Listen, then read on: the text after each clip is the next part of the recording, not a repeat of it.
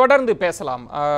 திரு வீரபாண்டியன், உங்களிடம் வைக்கக்கூடிய கேள்வி என்பது, ஏன்னா இது ரொம்ப நுணுக்கமாக பார்க்க வேண்டியது. நான் ஒவ்வொரு அடியாக இதை நகர்த்த போகிறேன். ஒவ்வொரு சுற்றிலையுமே ரொம்ப ஆழமாகத்தான் இந்த விவாதத்தை கொண்டு போக விரும்புகிறேன். ஆனால் பாஜக இன்னொரு குற்றச்சாட்டை வைத்திருக்கிறது. திரு மோடி அவர்கள் சொல்கிறாங்க, ஒரு தேநீர் விற்ற பையன் நான் ஆட்சி செய்வதை, பிரதமர் ஆகிறத காங்கிரஸால் பொறுத்துக்க முடியல. ராகுல் காந்தி வெளிநாட்டு பல்கலைக்கழகங்களால் அங்கெல்லாம் போய் படிச்சுட்டு வந்திருக்கிறார், என்னை ஏற்றுக்கொள்ள முடியல. இது ஒரு குற்றச்சாட்டு. ஜனநாயகத்தின் மீது நம்பிக்கை இல்லை அருண்ஜேட்லி அவர்கள் சொல்றாங்க, அது ஒரு குற்றச்சாட்டு.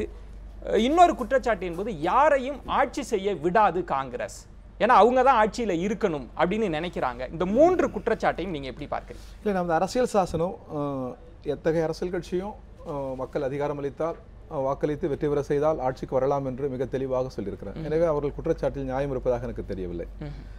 இன்றைய நாடாளுமன்ற ஜனநாயகத்தினுடைய நெருக்கடிக்கே காரணம் ஆளுகிற நாட்டின் பிரதமரும் ஆளுகிற கட்சியும் தான் முதல் காரணம். நமது இந்திய ஜனநாயகத்தினுடைய தூண்கள் 4 தூண்கள் அம்பேத்கர். நாடாளுமன்ற ஜனநாயகத்துக்கு 2 தூண்களை அவர் நிறுவினார். அவர் அதனால தான் அம்பேத்கருக்கு அரசியல் நிர்ணய சபையில் நேரு ஆச்சரியப்பட்டார். 2 பில்லர் பார்லிமெண்ட்டை நிறுத்தினார். ஒன்று எதிர்கட்சிகள், இன்னொன்று விவாத முறை. எதிர்கட்சிகளையும் கலந்து ஆலோசிப்பதில்லை. நீங்க அவசர சட்டம் போட்டு, அவசரம்னாக்க எதிர்கட்சியில் கலந்து ஆலோசிக்கணும் இல்லை, அவசர சட்டம் சொல்லிட்டு நீங்க ஒரு இருட்டறையில் ஒரு 5 பேர் 6 பேர் கொண்டு சட்டம் இயற்றி நிறைவேற்றி பிறகு நெருக்கடி வந்த பிறகு நாடாளுமன்றத்தில் பேசலாங்கிறீங்க. அது ஒன்று. இதுல திரு வீரபாண்டியன் ஒரு இதுக்காக சொல்றது, விவாதத்திற்கு அவர்கள் அழைக்கிறார்கள், இவங்க விவாதத்திற்கே அப்படின்ற குற்றச்சாட்டும் இதையும் பாருங்க. நிலம் கையகப்படுத்தக்கூடிய மசோதா, மோடி ஒரு ஆலோசனை கூட்டம் எல்லா கட்சிகளுக்கும் அழைப்பு விடுக்கிற போது காங்கிரஸ் அதை முற்றாக புறக்கணிக்குது. நாங்க அங்க வரவே மாட்டோம் அப்படின்னு சொல்லுது. இல்ல, அது எப்ப யாரு அது எப்பன்னா நீங்க வந்து பார்லிமெண்ட்டை ஃபைபாஸ் பண்ணி ஒரு 5-6 பேர் கொண்டு ஒரு அவசர சட்டம் அதை ஏற்றி பிறகு நாடாளுமன்றத்தில் நெருக்கடி வந்த பிறகு வாதிக்கலாங்கிறீங்க நீங்க. நான் சொல்றது, அவசர சட்டம் கொண்டு வருவதற்கு முன்னால் நாட்டின் எதிர்கட்சிகள் அழைத்து இப்படி ஒரு சூழல் இருக்கிறது, இத்தகைய அவசர சட்டத்தை கொண்டு வரலாமா, உங்கள் கருத்து என்ன, நீங்க கேட்டிருக்கணும். கேட்கல. பார்லிமெண்ட்ல இத்தகைய சூழல் இருக்கிறது, இந்த சட்டத்தை கொண்டு வரலாமா, விவாதத்துக்கு நீங்க கொண்டு வரல. நீங்க ஒரு 5-6 பேர் கூட, ஏற்கனவே ஜெட்லி சொன்னார், பிரைட் லைட் இருக்குது பார்லிமெண்ட்ல, அந்த வெளிச்சத்தை விட்டு நீங்க இருட்டறைக்கு போறீங்க அப்படின்னாரு. இப்ப இவங்க இருட்டறைக்கு போறாங்க. நீங்க பார்லிமெண்ட் டெமோக்ரஸி நீங்க தான் ஃபர்ஸ்ட் பைபாஸ் பண்றீங்க. எதிர்கட்சியை கேட்கறதில்ல, பார்லிமெண்ட்ல மசோதாவை தாக்கல் செய்து விவாதத்துக்கு உட்படுத்துறதில்ல. நீங்க எங்கேயோ 5 பேர் 6 பேர் அமர்ந்து ஒரு சட்டத்தை கொண்டு வந்து திணிக்கிறீர்கள் நாடாளுமன்றத்தின் மீது, எதிர்கட்சிகள் மீது. அப்போ இந்த நெருக்கடி வரதானே செய்யும். இதுல இன்னொன்றையும் சேர்த்து நம்ம அதுக்குள்ள கேஸ்குள்ள ரொம்ப டீடைலா போயிட வேண்டாம். இப்போ சுஷ்மா விவகாரத்தில் கூட அவர் நான் வந்து பதில் சொல்றேன், நாடாளுமன்றத்துக்கு பதில் சொல்றேன், நீங்க வாங்கன்னு சொல்றப்ப you must step down. நாங்க தார்மீக பொறுப்படுங்க, நாடாளுமன்றத்துக்கு தார்மீகங்கள் இருக்கிறதல்லவா. சரி, நான் அந்த முதல் கட்ட வாதத்தை எடுத்துக்கொள்கிறேன். திரு முராரி, ஆளும் கட்சிக்கு தான் ஒரு நாடாளுமன்றத்தை நடத்துறதுல திரு அமெரிக்கை நாராயணன் சொன்னது மாதிரி அதிக பொறுப்பு இருக்கிறது. எக்ஸிகியூஷன் தான் வந்து ஆன்சரபிளா இருக்கணும், அப்படிதான் அம்பேத்கர் வகுக்கிறார். இப்ப இந்த பிரச்சனையை நான் பார்க்கிற போது ஒரு எதிர்கட்சி ஆளுங்கட்சி, இதை வந்து நான் பாஜக அரசு மட்டும் இல்லை யூபிஐவையும் சேர்த்து தான் சொல்றேன், நாடாளுமன்ற ஜனநாயகத்துல எப்படி செயல்படுறாங்கன்னு நினைக்கிறேன். பரஸ்பர குற்றச்சாட்டு 2 பேரும் பண்ணிக்கிறாங்க. இதை ஜூம் பண்ண சொல்லுங்க, இதுல எல்லாமே இருக்கு, நீங்க வேணா பாருங்க என்ன சொல்லியிருக்காங்கன்னு. இப்போ ask them to zoom it. Your viewers also see it. இது இந்த இதுதான் வந்து it says everything. இந்த கார்ட்டூன்ல நீங்க பாத்தீங்கன்னா எல்லாமே தெரியும், வரையப்பட்டிருக்கிறது. இதை நம்ம ஹவா பாசிங்கிறாங்க, ஹவாலா பாசி. இதான் நம்ம ஹிந்தி தெரியாது, பட் ஓரளவுக்கு புரியுது. This is the way they conducting politics. இதை நீங்க விவரிச்சே சொல்லிடலாம்.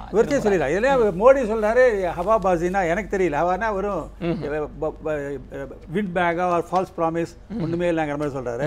இவர் ஹவாலானா நீங்க ஹவாலான்னு இவங்க இந்த கொண்டு வரேன்னு சொன்னீங்க, பிளாக் பண்ணி. இதுதான் what I can understand. Luckily இவங்க காமன் பீப்புள் சவுத்தில் இருக்கிற என்ன சொல்றாங்க, நமக்கு ஹிந்தி தெரியல விட்டுடுங்கன்ட்டாங்க. That is a level of exchange between Sonia Gandhi and Modi. That is a level. இவர் சொன்ன மாதிரி this common in politics சொல்லலாம். பட் ஒரே ஒரு விஷயம் நீங்க சொல்லணும், இவர் சொல்றதுல பேசிக் பாயிண்ட் நான் ஒத்துக்கிறேன். ஆளுங்கட்சிக்கு கூடுதல் பொறுப்பு இருக்கிறது.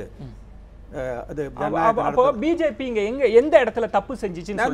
எஸ்ஆர் சேகர் சொல்றார், விவாதத்திற்கு நாங்க அழைக்கிறோம். ஒரே நிமிஷம், 15 மாசம் ஆச்சு அவங்க வந்து.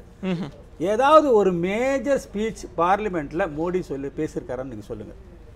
போய் கிஸ் பண்ணிட்டு தான் உள்ள போனாரு. 400-500 வந்து என்னோட எம்பிமார் தான் பார்க்கலாம் சொல்லிட்டு போனாரு தவிர நடைமுறையில எப்படி இருக்கு? இவர் சொல்ற மாதிரி ஏதோ சின்ன சின்ன கண்ட்ரிக்கெல்லாம் போறது, இங்க எம்பியை பார்க்கறது கிடையாது, பார்லிமெண்ட்டை பார்க்கறது கிடையாது.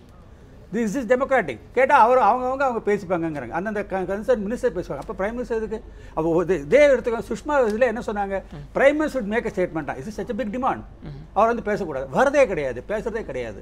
எதுல மேஜரா பேச நீங்களே யோசிச்சு பாருங்க, 10 மாசத்துல ஏதாவது மேஜர் ஸ்டேட்மெண்ட் ஏதாவது பண்ணிருக்காரு? இல்ல அப்படி பிரதமர் தான் பேசணும்னு அப்படி கிடையாது. ஒரு நாடாளுமன்றம் அந்த கட்டுத்திட்டத்தை வகுத்திருக்கிறதா? ஏன்னா துறைசார் அமைச்சர்கள் சொல்றாங்க, பதில் சொல்றாங்க. அப்ப வந்து அப்ப நீ பிரசிடென்ட் சிஸ்டம் போயிட்டீங்கன்னு அர்த்தம். பில் எவர் எந்த இது மாதிரி அமெரிக்கன் சிஸ்டம் மாதிரி போயிட்டீங்க. திரு அமெரிக்க நாராயணன், நான் இப்ப இந்த நாடாளுமன்ற முடக்கத்துக்கே நான் பார்க்கிற போது பாஜக எதிர்க்கட்சியாக இருக்கிறப்ப, நீங்க எதிர்க்கட்சியாக இருக்கிறப்ப ப்ரொடக்டிவ் டைம் அப்படின்றது வந்து அப்படியே குறைஞ்சிக்கிட்டே தான் வருது.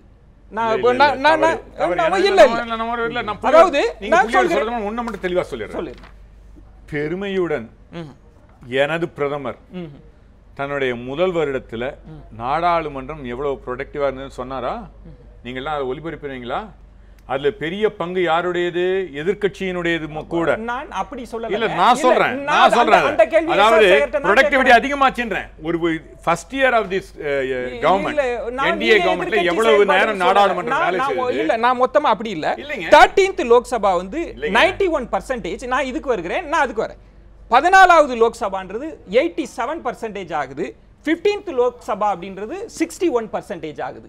இப்படி ஒரு ப்ரொடக்டிவ் டைம் அப்படின்றது வந்து குறைஞ்சிக்கிட்டே வரது அப்படின்றது பிரதானமாக பொறுப்பேற்க வேண்டியது நீங்களும் பாஜகவும் தான். நான் தெளிவாக சொல்றேன், இது பிரதானமாக பொறுப்பேற்க வேண்டியது பாஜக மட்டுமே. எங்களுக்கும் அதுல பொறுப்பு இல்லைன்னு சொல்லல, ஆனா அதிகமான பொறுப்பு இன்று மட்டும் இல்ல, யுபிஏ அரசுலயும் அவங்க தான்.